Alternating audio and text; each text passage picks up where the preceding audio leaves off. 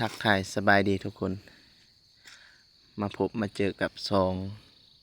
บาวจิตพาเลาะเช่นเก่าเช่นเคยทุกคนมื้อนี้บาวจิตสิลองไปลองเหือว่าซั่นได้ก่อนจะไปลองเหือนี่ก็สิไปรับเอาน้องสาวไปลองเหือนำสิพากันลองเหืออยู่น้ำซองทุกคนมีหยังก็ติดตามเบิ่งภาพบรรยากาศนำกันทุกคนตอนสิลองเหือนี่ก็กำลังขี่รถเดินทางไปสู่ทางด่วนไปรับเอาน้องสาวมาแล้วจะสิพากันไปลองเหือไปนี่ก็สิไปนำบ่าวตุกคนดังอยู่ในช่อง YouTube เนาะว่าเราสวนไปลองเหือสิลองไปลองเหือเบิ่งตั้งแต่มาอยู่วังเวียงนี่ก็10ปลายปีก็บ่เคยไปลองเหือจักเทื่อมื้อนี้ก็สิลองไปเป็นครั้งแรกอันนี้เขาก็ขึ้นรถเยอะละมื้อนี้ผู้สาวที่รับมาเนี่ยก็อาจจะมีผู้ที่ใส่หมวกสีขาวเนาะน้องสาวทั้งสองก็จะเป็นสาวลาวนั่นแหละสาววังเวียงเนาะในการเดินทางที่เฮามาใกล้สิฮอดบ่อนสิไปลองเหือนี่แต่ว่าฝนก็ตกแหน่เล็กน้อยอยู่วังเวียงนี่ก็เจ้าของเพิ่นก็จอดถามเนาะว่าสิลองเหือจะเอาจักชั่วโมงคั่นน่ะจะเอาเท่าใดเท่าใดอ่าเฮาก็ค้นคว้ากันเนาะเอาชั่วโมงครึ่งว่าซั่นเนาะจังพาข้อยลองไปนำกันว่าซั่นนี่ก็จะมีอยู่ถึงชาวต่างชาติแล้วก็ชาวลาวเนาะที่ว่าไปนำกันอันนี้ก็เข้าไปทางที่จะไปปอยเหือแล้วนี่เส้นทางก็อาจจะเปื้อนแน่หน่อยนึงเนาะวันนี้เจ้าเฮาก็มาฮอดสถานที่ที่ว่าจะเอาเหือลงเนาะเหือพายนี่สาวก็มีแต่สาวงามๆเนาะอันนั้นก็มันจะเป็นสาวต่างชาตินะผสมผสานกับชาวลาวเฮานี่แหละวันนี้เจ้าเฮาก็เอาเหือลงเรียบร้อยแล้วก็จะได้ขึ้นนั่งเหือก่อนเนาะเพราะว่าไกลเพิ่นให้มานั่งรอท่าแล้วเพิ่นจะบอกสอนวิธีพายเหือแล้วก็จะบอกถึงความปลอดภัยเนาะจะเตือนทุกคนนะอันนี้ก็เป็นไก่เพิ่นมาสอนวิธีพายเหือเนาะว่าพายทางใดไปทางใดหั่นนะอันนี้เพิ่นก็จะสอนให้ละเอียดเนาะเพิ่นก็จะสอนนับตั้งแต่จับไม้พายนี่แหละทางมีตัวหนังสือนี่ก็ให้ปิ้นมาหาตัวเองเนาะเพิ่นบอกพายซ้ายไปขวาพายขวาไปซ้ายวันนี้จูเฮาก็ได้เริ่มออกเหือแล้วบัดนี้สิพาทุกคนไปเที่ยวชมเบิ่งภาพธรรมศาสตร์วังเวียงเนาะนำซองยามแรงนะอันนี้จูเฮาก็สิพายไปก่อนแล้วก็มีจูหนึงนำหลังเนาะแล้วก็ไกลเพิ่นก็ไปก่อนในตอนนี้จูเฮาก็ได้พายเหือนี่ปาให้น้องสาวเพิ่นพายอันนี้นั่นก็จะเป็นบ่าวตุกคนรอคนดังเนาะอยู่ในช่อง YouTube บ่าวตุกพาเที่ยววังเวียงเนาะอยู่วังเวียงก็สิมีร้านละดังอยู่วังเวียงอันนี้ก็ได้ปล่อยให้ น้องสาวเพิ่นพายเรือคอยลงไปนำกันเอาบรรยากาศในกาเย็นพี่น้องเพราะว่ายามแรงนะจุดประสงค์ที่มาล่องเรือมื้อนี้นี่ก็สิไปสังเกตเบิ่งอยู่น้ำซองเนาะตั้งแต่เฮามาอยู่วังเวียงนี่ก็10ปลายปีก็บ่เคยที่ว่าจะไปล่องหอกล่องเรือไปนำเขาแต่มื้อนี้ก็ถือว่าเป็นมื้อแรกเนาะที่ว่าเฮาจะไปล่องเรือแล้วก็จะไปเที่ยวชมเบิ่งบรรยากาศน้ำซองว่าซั่น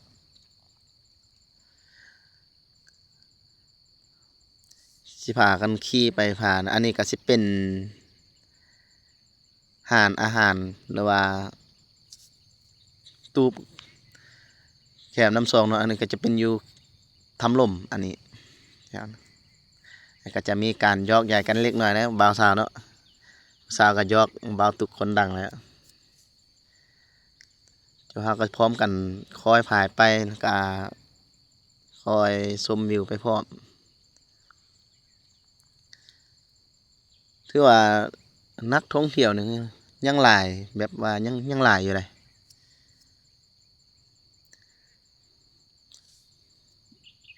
บ่คือบนอื่นเนาะบนอื่นน่ะอาจจะมักขาดนักท่องเที่ยวแต่ว่าอยู่วังเวียงนี่บ่ขาดเลยทุกคนเลยมีทุกมื้อ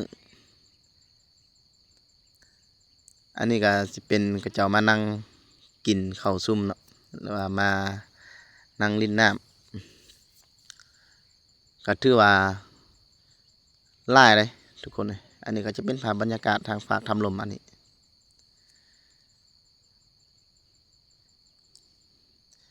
นี่กาบ่าวตุกเพิ่นกาบอกว่าจอดเรือก่อนว่าซั่นไปเอาของดื่มเล็กน้อยพร้อมกันดื่มพร้อมกันพายเรือไปว่าซั่นอันนี้บ่าวจิตก็ได้นั่งท่าเพิ่นก็จับมาแล้วบัดนี้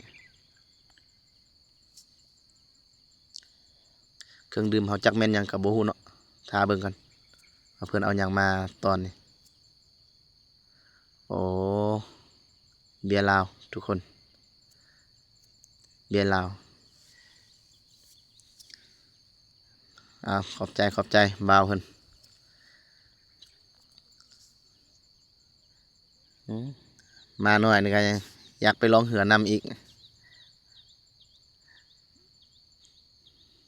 เอาหลังจากที่ว่าได้เบียร์แล้วจุเฮากาพร้อมกันพายลงอีกเนาะอาจจะกลายทำลมไปแล้วอันนี้ก็จะเป็นโคซิฟาเนาะหลายคนอาจจะหูหลายคนอาจจะเคยเห็นเคยมาแล้วเนาะอันนี้ก็จะเป็นโคซิฟาไปหาทางทำนางฟ้ามันก็จะเป็นอีก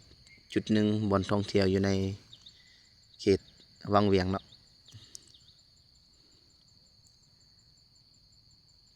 ซาที่เบิ้งนี่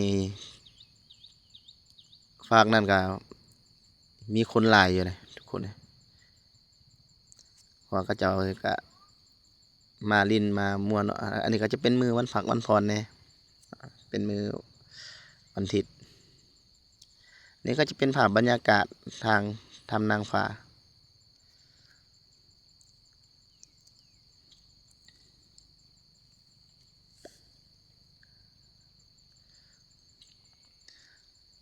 หลังจากที่ว่ากาย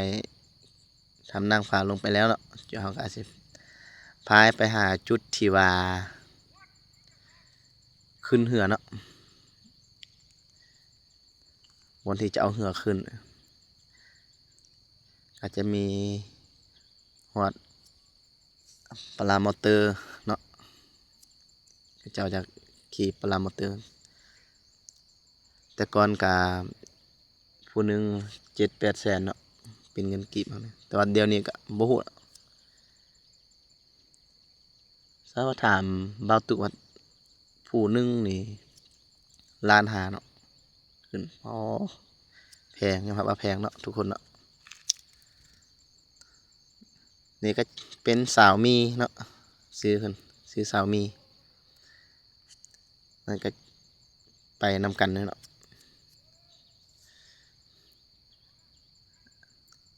นั่นก็จะเป็นสถานที่อ่า เป็นรีสอร์ทเนาะน่าจะเป็นรีสอร์ทล่ะแต่ว่าภาพบรรยากาศยามแลงนี่ก็ว่า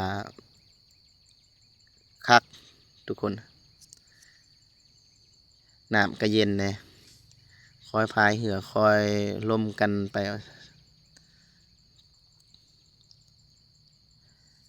นำกันนี่ก็จะมีอยู่6 ลำทุกคนว่าลำที่6ก็จะเป็นไก่เนาะเพิ่นก็จะคอยไปก่อนแล้วก็คุมเบิ่งลูกเหือเนาะ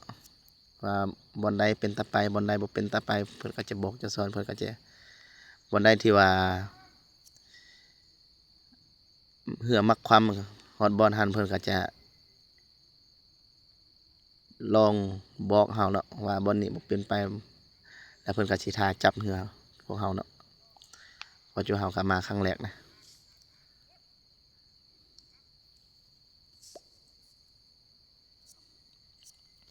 นี่ก็จะเป็นเขตแถวท่าเหือแล้วนี่ถือว่านักท่องเที่ยวถือว่ายังเห็นมีอยู่เนาะมีหลายอยู่นี่ก็จะเป็นพวกสาวหน่อยสาวใหญ่เนาะลงมาอาบน้ำลินอาบน้ำสองลินยามแรงโอ้ก้อนหินเข็นนี่ก็งามอยู่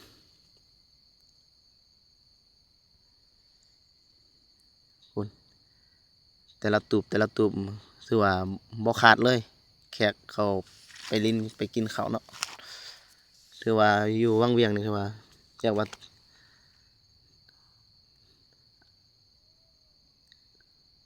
คักส่วนสั้นๆเนาะ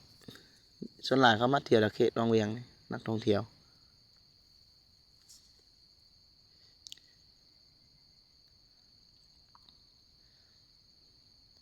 น้ำบัดนี้จังสิพากันลงไปสู่ท่าเรือเนาะจะมีรถท่ารับอยู่พุ่นเนาะจะเขาก็คอยพายลงไปน้ำนี่ก็จะเที่ยวในนึงเขตนี้นะจะเขาก็คอยพายไปปล่อยให้น้องสาวเพิ่นพายนะให้เพิ่นพายเบิ่งอันนี้ก็จะเป็นคนลาวเขาเนาะเพิ่นก็มาเต้นแอนอยู่แคมป์น้ำซองได้น่าจะได้ทีละได้ทีได้จังหวะ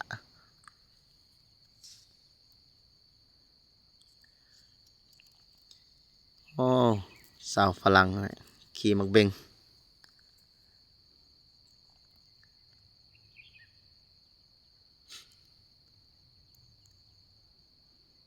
นี่ก็ใกล้สิฮอดท่าเรือแล้วทุกคนภาพบรรยากาศยามแลงก็จะเห็นบาลูนเห็นเขาขี่ปรามอเตอร์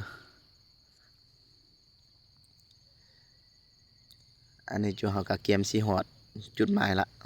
บอนที่ว่าจะเอาเรือขึ้น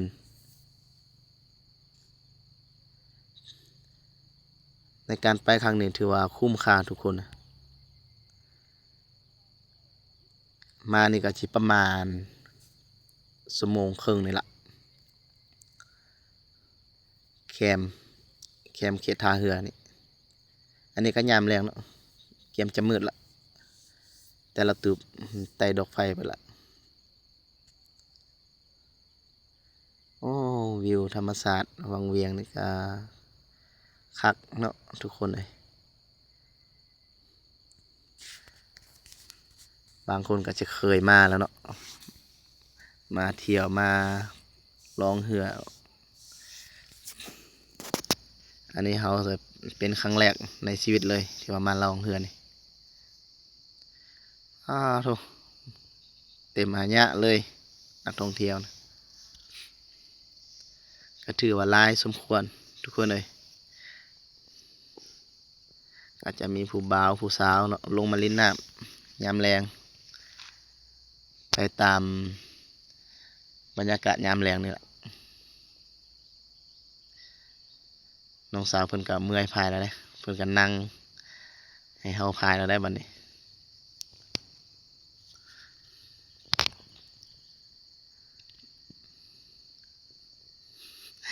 บอก บอกให้น้องสาวเพิ่นพายเพิ่น แนมหน้ามา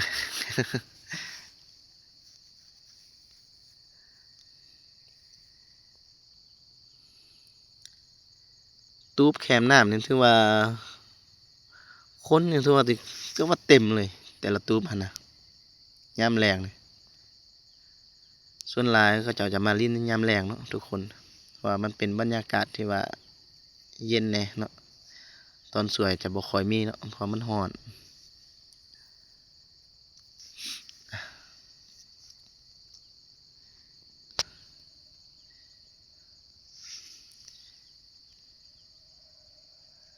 อันนี้ก็เกียมลงสู่ท่าเรือแล้วนี่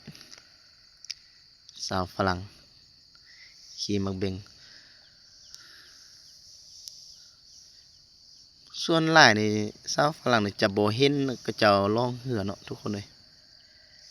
เด็กกระเจ้าขี่แต่มักเบงเนาะเขาลินน้ำไปพร้อมนะอันนี้ก็จะเป็นไกด์เพิ่นเป็นผู้ชี้นำในการเดินเรือเนาะ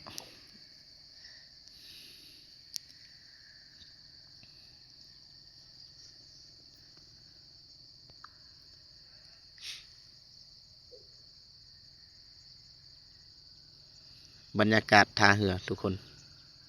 อันนี้ก็สิเป็นบอนกระเจ้าเอาเรือขึ้นเนาะแต่ว่าจูเฮายังบ่ได้เอาขึ้นบนนี้เนาะจูเฮานั้นยังสิกลายไปอีกโอ้งามอยู่ได้มาครั้งแรกมาลองเรือนี่ถือว่าคุ้มค่าทุกคนเลยได้สัมผัสบรรยากาศยามแลงน้ำซองเมืองวังเวียงนี่เนาะ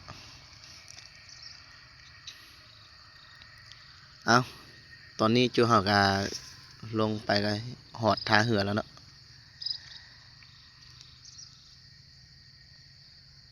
ไกลเพิ่นก็ไปหอดก่อนละเพิ่นเอาเรือขึ้นละเดี๋ยวเฮาคอยลงน้ำลัง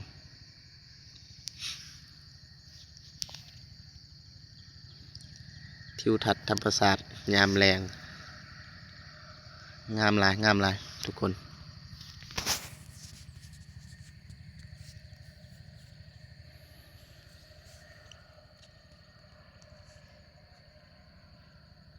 นี่ก็จะเป็นตึกเนาะตึกสร้างยังบ่ทันแล้ว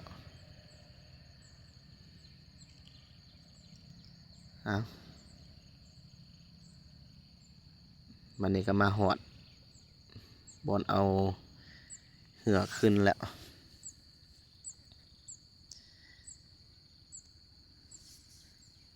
อยู่นี่จะเป็นท่าเหือใหญ่เลยทุกคนเลยมันจะมีหอดเหือหางยาวเนี่ยเอานี่จูเฮาก็มาหอดสถานที่ที่ว่าเอาเหือขึ้นแล้วไก่เพิ่นดึงเหือจูเฮาขึ้นแล้วเนาะเอาบายทุกคนพอกันไหมคลิปหน้า